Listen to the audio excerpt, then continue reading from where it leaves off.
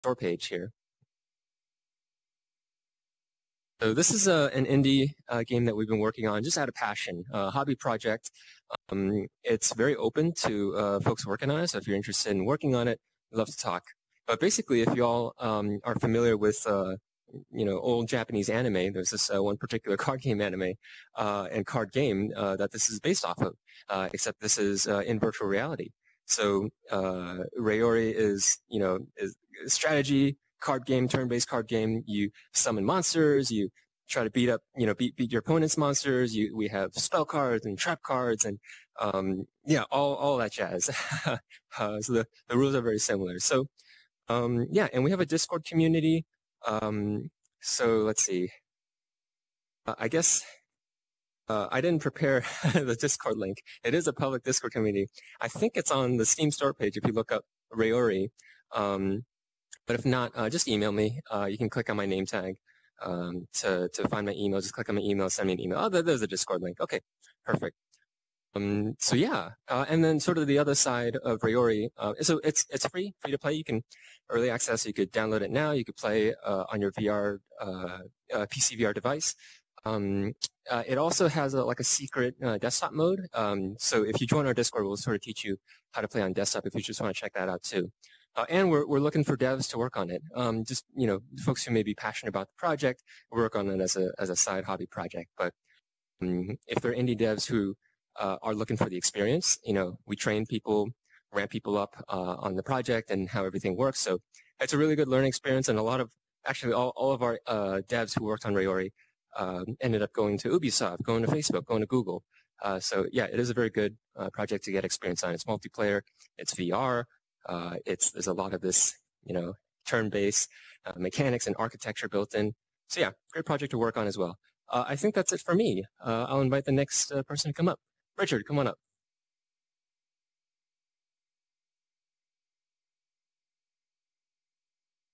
Hello, everyone. Can you hear me okay?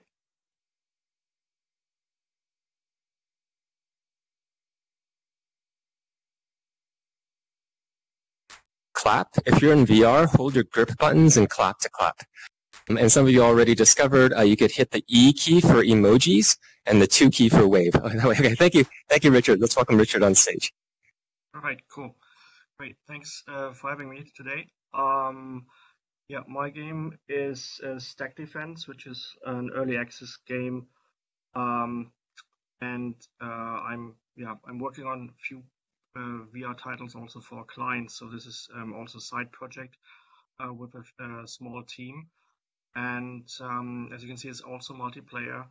We're also quite proud that it is a PC VR on Steam and on the Quest 1 and 2, so you can cross-play between PC and the Quest on the Quest App Lab. It's out as well. So basically, the mechanics is a bit hard to explain, but you can probably see it. It's a mixture of stacking up like bricks that look like bricks you might know from Tetris, and you need to keep them on your table to gain scores. And and the main thing is you have also a gun in your left hand, and you can shoot the bricks of your opponents, of your so-called friends in this case. But you will see at some end of the game you might not end up as friends. I'm just kidding. It's really good fun, and it's very cardiovascular as well. People feel like playing this game that they are actually feeling fitter after that, because they're quite engaged in the game, and while they're playing the game don't really realize that they are really using the whole body, because they need to do a lot of things in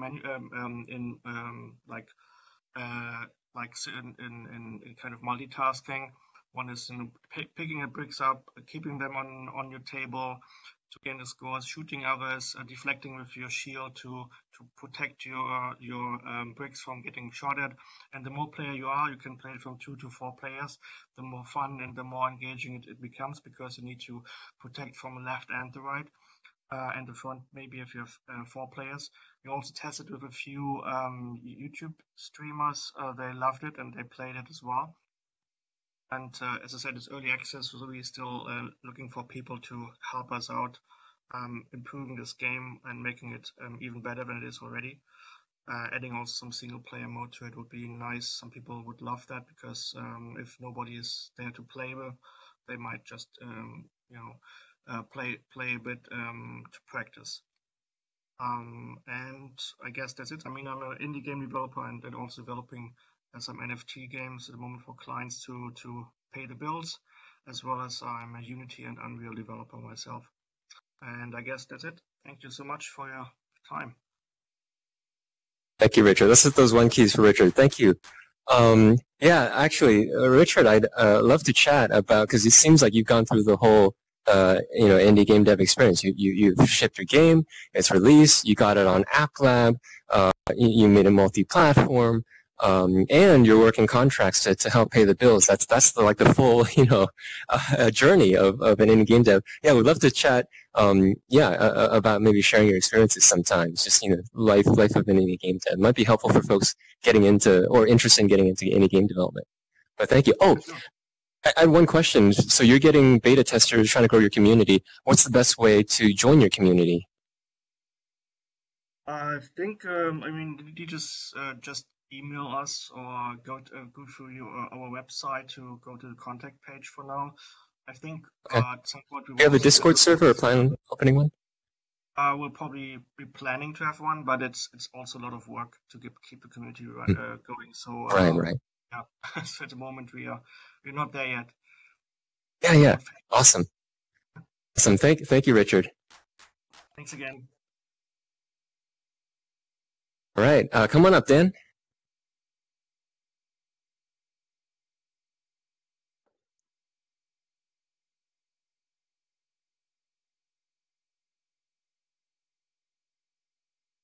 Yep, we can hear you.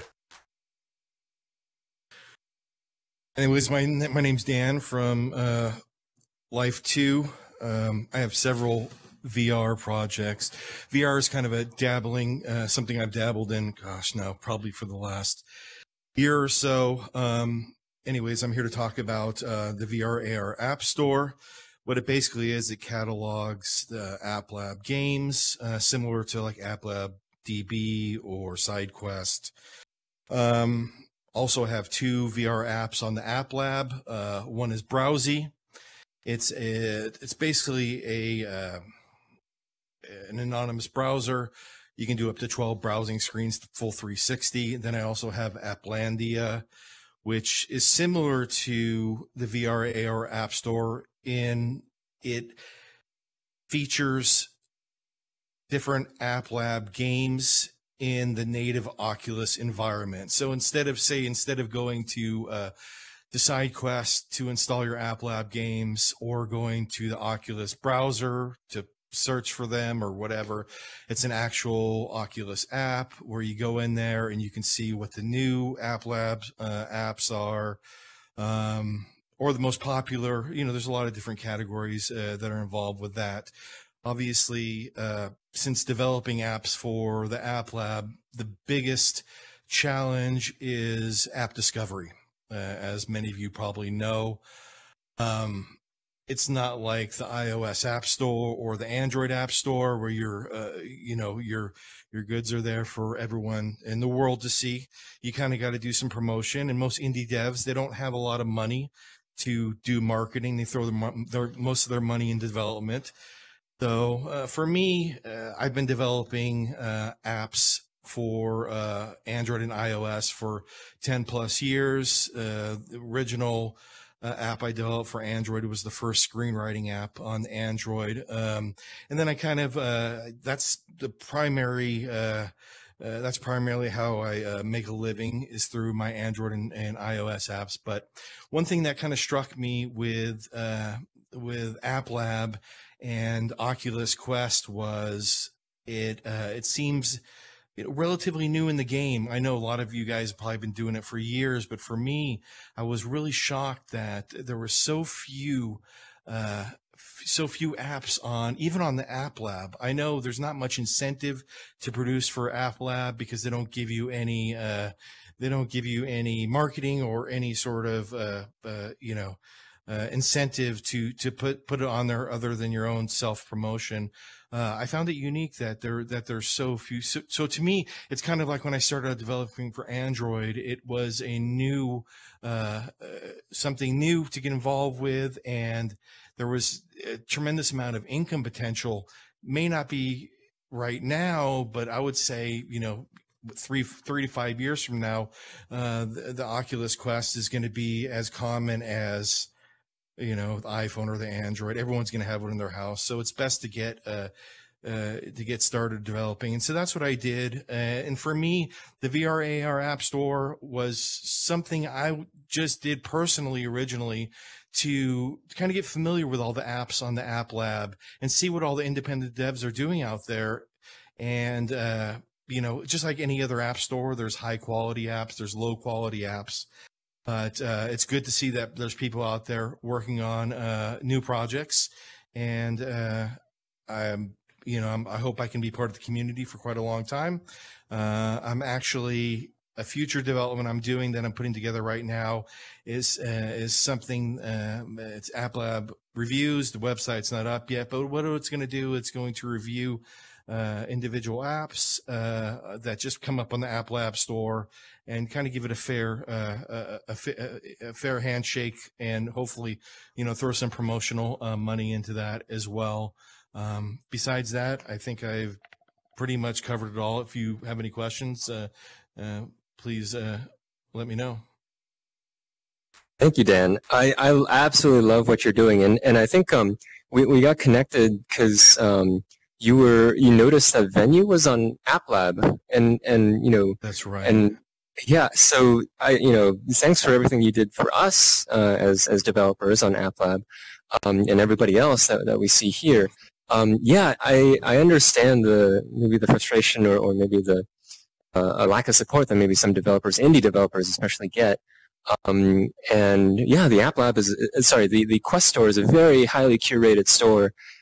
Really, it's a challenging and tough a vetting process, and the App Lab is a great way for indie devs to get on to the Quest easily.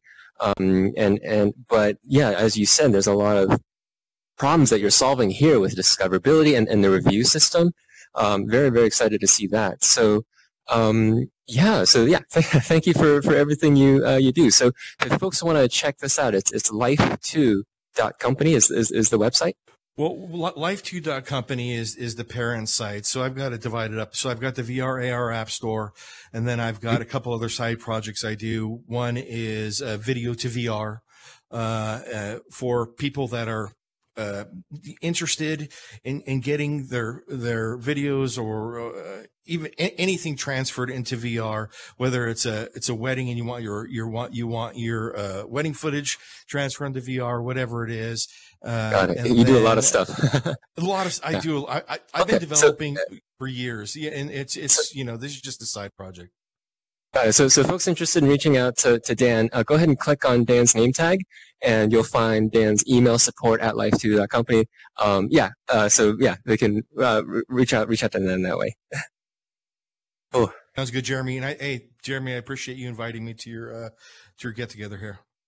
Absolutely, and we're gonna probably do a deep dive on developing for Quest, and then after you develop, after the technical stuff or performance and things like that, requirements, how to get your app on App Lab. Would love to bring you back, and pick your brain on that, get your experience on that. Yeah, it seems like you're the expert. Thank you. Anytime. Thank you, Dan. All right. Anybody else want to come up?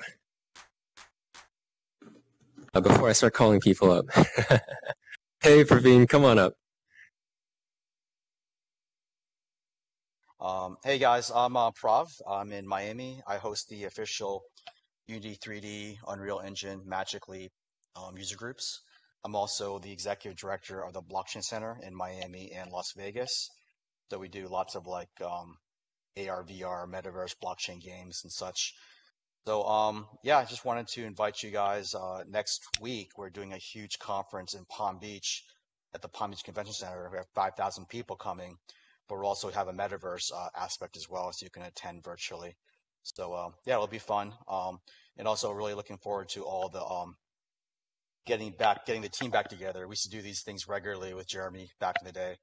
It'll be good to connect the East and West Coast of the United States again?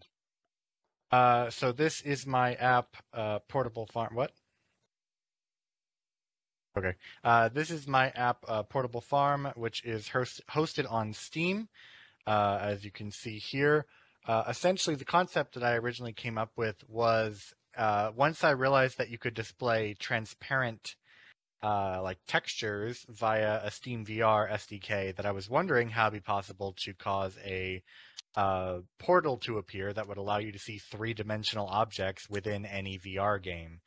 And so this was about maybe a year later. It took me quite a while to get the actual like portal itself to work as a prototype.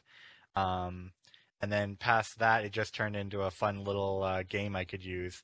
And then, of course, there you can see that I have different games that I was demoing it in. One was a farming game, so I thought it'd be funny if there was a farming game within farming, as you can see there. Yeah, it was essentially a fun little indie project. I ended up publishing it on Steam. It was $5, but I believe I reduced it to $3 now permanently for how long it's been out. It's available for Steam VR, but not for Quest, or like you have to be using Steam VR to be using it. And as well as after I made this, I made a portable emulator game, which has a pop-up like emulator that will run old 2D retro games as well. And yeah, this was a very fun project to work on.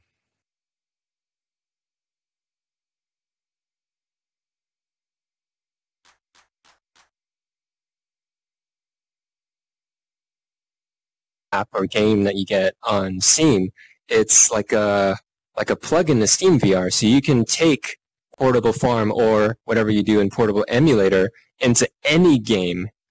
Is that right? Yes, correct. It goes into any VR game, which is why I show several screenshots of different popular games like Skyrim VR or Google Earth. Very cool, very cool. So me right now in VR, I could be having my Portable Farm right here, farming while you're giving your talk, or hop over to another VR game and do that. That's super cool. Thank you, Wyatt. Yes, thank you very much. One last question. How do folks learn more about Portable Emulator? Is there a website for it or a Steam store page? I believe if you just search up Portable Emulator on itch.io, you'll be able to find it. Portable Emulator is 100% free. And Portable Farm itself has a free demo available that contains, I think, one season and the crops associated with that season. There you go. That one. Awesome. There you go, Portable Emulator. It also has a virtual control stick, so you can operate real-time controls with your controllers rather than mapping them to your VR controllers. But if you are more comfortable doing it that way, you can also control it via your Steam VR controllers. Awesome. Thank you, Wyatt. Yes, thank you very much. All right. So yeah, I guess we can hop back over to the meetup page. Thank you, Patrick, our AV operator today. So yeah, this is the end of our sort of the lightning rounds. Now that we all sort of know who's in the room, who's who, we could just walk around and do our meetup. Engine and Photon. And that's why it's quite interesting that it is a kind of an exception they made for I think it's in October or September or something. But yeah, check it out. Probably worth learning something. Yeah, I'll definitely check it out. I need it helps to have a time frame and some deadlines too. I think that really helps. If not, things usually sometimes drag on. Just sticking around to work. Like in real life, we used to hold Unity game dev workshops at the library. We'd do the lecture, Right. and afterwards it would just be a co-working space. People would just work on their own projects together. The mentors would be walking around. In case you had a question, you raise your hand, ask a question. So that's something that we're actually hoping to start doing, because I've also noticed on No, I was going to say what you have. I don't know how long you've been working on this, but what you have here is kind of the perfect environment. So, for example, when I started developing Android, just like any other developing community, you're connected to people with similar interests from around the world. You know, not all of us not all of us live in San Francisco. We live all over the country, or some people all over the world. So, for example, I remember when I was first developing for Android, I have a big group of guys that it was kind of a developing community, about 20 of them from all over the world, from Russia to Poland to India, the most eclectic group of people you'd ever meet in your life. And this is something that of course, you have the ability through chat rooms and other things on the computer, but it's not a truly immersive environment where, where you can actually focus on the task. So, for example, if you and I are in a chat room or something like that, to be honest with you, I'm probably doing something else at the same time. I'm working on code or I'm doing something else.